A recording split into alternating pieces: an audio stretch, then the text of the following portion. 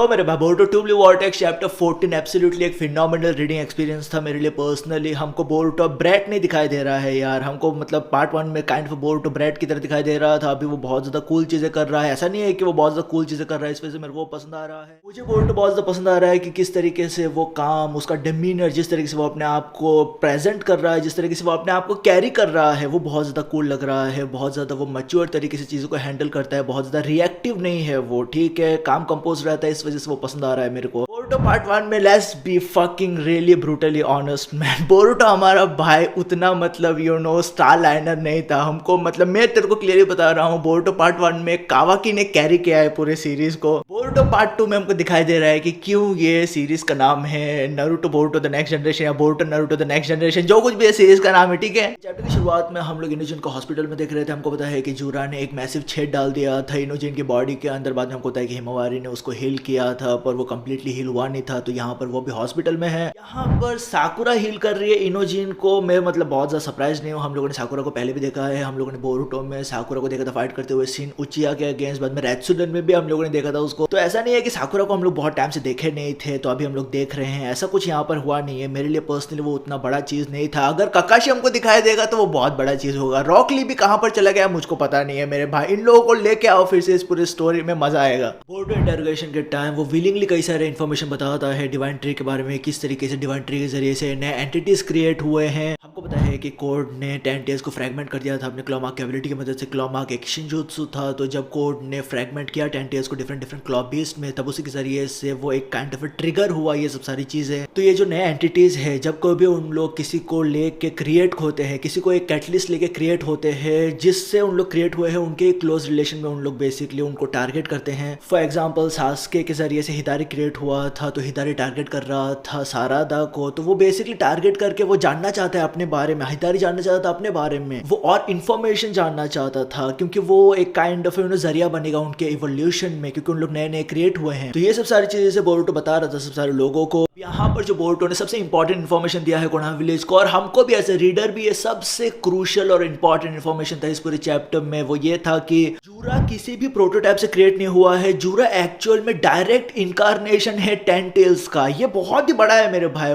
क्योंकि मतलब इसका मतलब क्या है, क्या इसके मायने रखते हैं। अब इनिशियली ये प्रेमस क्रिएट किया गया था, ये प्रेमस हमको मतलब वेल एस्टेब्लिश दिखाई दे रहा था कि ओत्सुत्सुकी ने ये 10 टेल्स बीस्ट को क्रिएट किया है। उन लोग सीडलिंग है जिसके जरिए से उन लोग डिफरेंट डिफरेंट प्लैनेट्स को कल्टीवेट करके इवॉल्व होते हैं। तो अब जूरा अगर 10 टेल्स का डायरेक्ट इनकारनेशन है, तो उसका मतलब क्या है? क्या एक्चुअल में मेरे दिमाग में ये चल रहा था, क्या ओत्सुत्सुकीज ने ही अपने आप को ही सीडलिंग बना दिया था? क्या ओत्सुत्सुकी का एक डिफरेंट रेस है, जिस तरीके से ह्यूमंस में हमको डिफरेंट डिफरेंट रेसेस दिखाई देते हैं? क्या ओत्सुत्सुकीज में भी एक डिफरेंट रेस था जिसके जरिए से उन लोग बेसिकली सीडलिंग्स क्रिएट करते थे? हमको पता है कि मोमोशिकी और किंशिकी में एक डायरेक्टली हमको एक डायनामिक दिखाई दे रहा था, वहां पर भी एक सुपीरियर और सबऑर्डिनेट का डायनामिक था। तो क्या उन लोग जो कोई भी सुपीरियर रहता है, जो टॉप ऑफ द लेटर रहता है, वो बेसिकली क्रिएट करते हैं उन लोग, जब उनको चाहिए उन लोग क्रिएट करते हैं सीडलिंग 10 टेल्स का, मे बी ओत्सुत्सुकीज के ही जरिए से। तो मे बी ऐसा हो सकता है कि ओत्सुत्सुकीज ही 10 टेल्स है, बेसिकली उन लोग कन्वर्ट करते हैं सीडलिंग में। ये मेरे दिमाग में इस वजह से आया, या ये मे बी सब सारे लोगों को पता था, मुझको पता नहीं है, क्योंकि मेरे दिमाग में अभी ये आया कि मे बी ऐसा हो सकता है। क्योंकि हम लोगों ने देखा था जब मोमोशिकी बहुत ज्यादा एक टफ सिचुएशन में था, तब मोमोशिकी ने किंशिकी को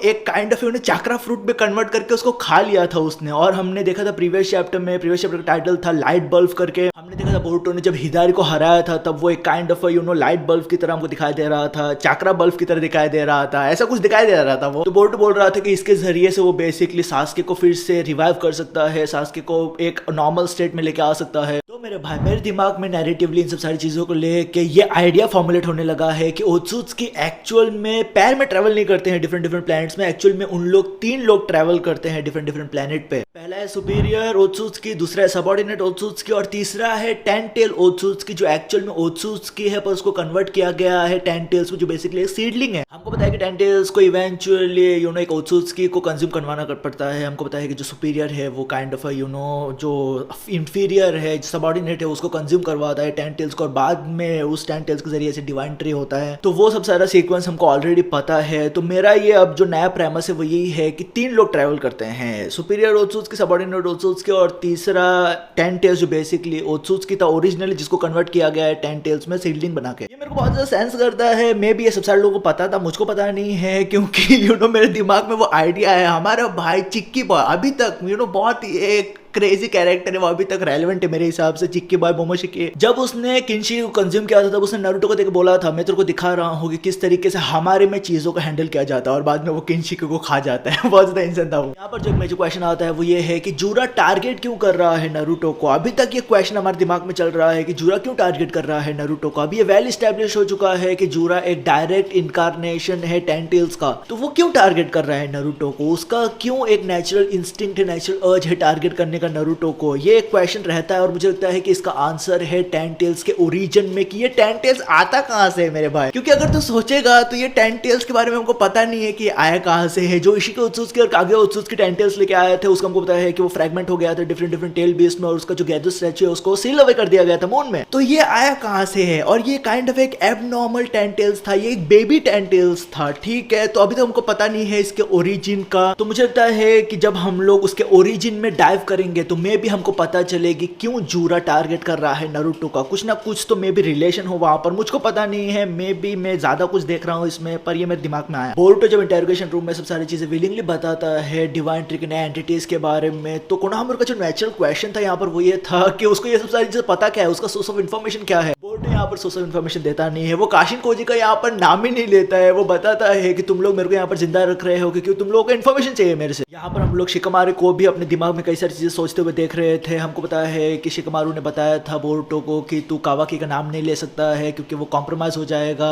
अगर तुझको कावाकी को बचाना है तुझको सब सारी चीजें बताना नहीं है कावाकी के बारे में। और बोरुतो वहां पर बोल भी रहा था, उसने बोला भी था प्रीवियसली कि वो वैसा बताने वाला था भी नहीं। पर यहाँ पर शिकमारू अपने दिमाग में सोच रहा था फिर से सब सारे प्रेमस की बोरुतो कावाकी है, कावाकी बोरुतो है, वो सब सारी चीजें वो सोच रहा था। इवेंचुअली शिकमारू इनो से बात करते हैं, हमको पता है कि उन लोग टेलीपैथिकली कनेक्टेड है, और इनो ने ही बात करवाया था शिकमारू को बोरुतो से। सीक्रेट में उन लोग ने एक private line of connection establish किया था बोरुतो और शिकमारू के बीच में। फिर से शिकमारू वही बोलता है इनो को कि वो वही करे, फिर से वो कनेक्ट करवाए बोरुतो को। पर इनो यहाँ पर हमको डायरेक्टली नकारते हुए दिखाई दे रही थी हमारे भाई शिकमारू को। शिकमारू यहाँ पर ऐसे एथ होगा कि ऑर्डर नहीं देता है, वो बात कर रहा था फ्रेंड्स एज अ फ्रेंड की वो कर रहे ये सब सारी चीजें। पर इनो बोलती है कि ये एक डायरेक्ट ब्रीच ऑफ वायलेशन है, ये कोनोहा विलेज के रूल्स को वायलेट करता है। यहाँ पर हमको इनो बोलते हुए दिखाई दे रहे थे शिकमारू को। प्लस उसके सामने इनो के सामने उसका बेटा इनोजिन बेड पे लेटा हुआ था, तो मे भी वो एक फैक्टर कंट्रीब्यूट किया है इनो ना बोलते हुए। पर ऑब्वियसली यहाँ पर इनो के पास एक बहुत बड़ा रीजन था कि क्यों उसने ना बोला हमारे भाई शिकमारू को। तो जैसे इस इंटरोगेशन में नारुतो का नाम लेता है कि नारुतो अभी तक जिंदा है, हिनाटा और नारुतो दोनों लोग अभी तक जिंदा है किसी एक सेफ प्लेस पे,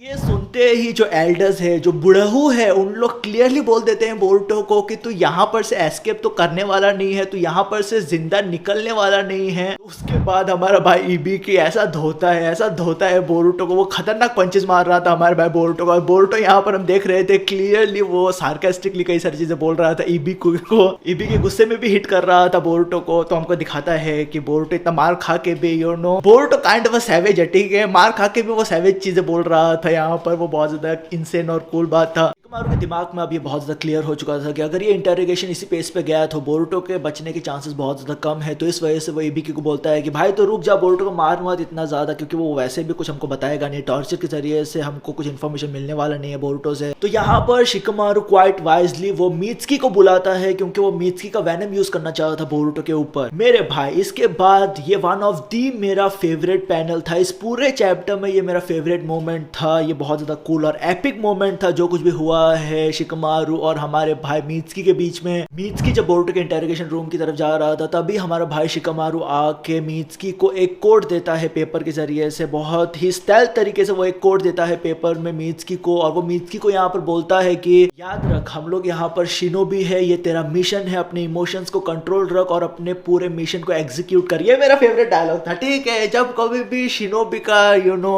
नाम आता है या शिनोबी का वर्ड आता है, I really love it man. ये पूरा मोमेंट आइकॉनिक था मेरे लिए, मेरा मोमेंट मेरा पर्सनल मोमेंट है इस पूरे चैप्टर में। जिस तरीके से शिकमारू ने बोला शिनोबी के बारे में मीत्सुकी को, और हम इवेंचुअली देखते हैं कि हमारा भाई मीत्सुकी अंदर जाता है इंटरोगेशन रूम में, वो सेज मोड में जाता है, वो काइंड ऑफ हमको जोंक मोड में जाते हुए दिखाई दे रहा था। वो बोरुटो को काइंड ऑफ रिस्ट्रेन करता है अपने स्नेक के जरिए से, जो बोरुटो के हैंडकफ में जो नंबर्स है उसको वो बेसिकली टाइप करता है अपने स्नेक के जरिए से, और बाद में इवेंचुअली हम लोग बोरुटो को हैंडकफ से रिलीज होते हुए देख रहे थे। यहाँ पर मीत्सुकी बोरुटो को रिलीज करते समय मीत्सुकी बोरुटो को बताता है कि उसके बिलोंगिंग्स कहाँ पर रखे हुए हैं। हमारा भाई बोरुटो अपना फ्लाइंग राइजिन जुत्सु यूज करके अपने बिलोंगिंग्स को रिट्रीव करता है और कुछ इस तरीके से बोरुटो एस्केप करता है। ये चैप्टर के फाइनल सेक्शन में हम लोग कांकुरो को आते हुए देख रहे थे कोनोहा विलेज में। वो होकागे ऑफिस में आता है और कांकुरो हमको यहाँ पर बताता है कि किस तरीके से शिंकी और गारा दोनों लोग कॉम्प्रोमाइज हो चुके हैं। यहाँ पर मुझको पता नहीं है कि और कितने कागे कॉम्प्रोमाइज हुए हैं, क्या राय कागे दारुए कॉम्प्रोमाइज हुआ है, क्या सुचुकागे कॉम्प्रोमाइज हुआ है, कितने और लोग कॉम्प्रोमाइज हुए हैं यहाँ पर हमको पता नहीं है, क्योंकि ऑब्वियसली काजे कागे हमको यहाँ पर कॉम्प्रोमाइज होते हुए दिखाई दे रहा है जो हमारा भाई गारा। तो ये बहुत ज्यादा इंसेन है, क्योंकि जब ये पूरा चीज स्टार्ट हुआ था ये डिवाइन ट्रीज के बारे में, ये सब सारी चीजें, तो मेरे को ऐसा लग रहा था पर्सनली कि गोकागे का मीटिंग होगा। तो अब मुझे पता नहीं है कि क्या होने वाला है, पर डेफिनेटली एक बात तो कंफर्म्ड है कि जिस तरीके से सब सारी चीजें कोनोहा के इर्द गिर्द ही चल रहा था वो वैसा होने वाला नहीं है। सब सारे नेशंस हैविली हमको इन्वॉल्व होते हुए दिखाई देंगे, और वो बहुत ही एक अच्छी बात है यार, वो बहुत ही अच्छी बात है। उनको एक ब्रॉडर पर्सपेक्टिव दिखाई देने वाला है इस पूरे कॉन्फ्लिक्ट में, और मुझे लगता है कि धीरे धीरे से ये पूरा कॉन्फ्लिक्ट ब्रॉड होते भी जाएगा। तो ये चैप्टर के फाइनल पैनल में हमको शिंकी का रीइंकार्नेटन या शिंकी का वर्जन दिखाई देता है। ये डिवाइन ट्री के नए एंटिटी में हमको यहाँ पर शिंकी बहुत ही एक बफ्ड अप स्टेट में दिखाई दे रहा था। मुझको पता नहीं है कि वो इतना उसका मुंह फुला हुआ क्यों है, मेरी तरह लग रहा था वो, पर हमको पता था कि हमारे जो ये नए एंटिटीज क्रिएट हुए हैं उन लोगों के हाथ में एक बल्ब था, उन लोग किसी को रिवाइव करना चाहते थे। तो हम देख रहे थे कि ये यही बंदा है, शिंकी है। हमने प्रीवियस चैप्टर के कई सारे पैनल्स में भी देखा था उसको, तो it is what it is man. गारा मुझे पता नहीं है कि गारा कब हमको दिखाई देने वाला है, क्योंकि उसके लिए मैं बहुत ज्यादा एक्साइटेड हूँ, क्योंकि वो हमारा भाई है यार गारा ऑब्वियसली। तो मेरे भाई ये सब सारी चीज चल रहा था इस पूरे चैप्टर में। क्या चैप्टर था यार, हाइप बहुत इंसेंट लेवल का था इस चैप्टर का। Definitely Boruto two blue vortex is getting better and better with every passing chapter man, and I can proudly say that I have been following this series for long time. अच्छा लगता है जब series अच्छा करता है, तो एक series को बहुत टाइम से फॉलो कर रहा है, सीरीज अच्छा करता है, अच्छा लगता है यार।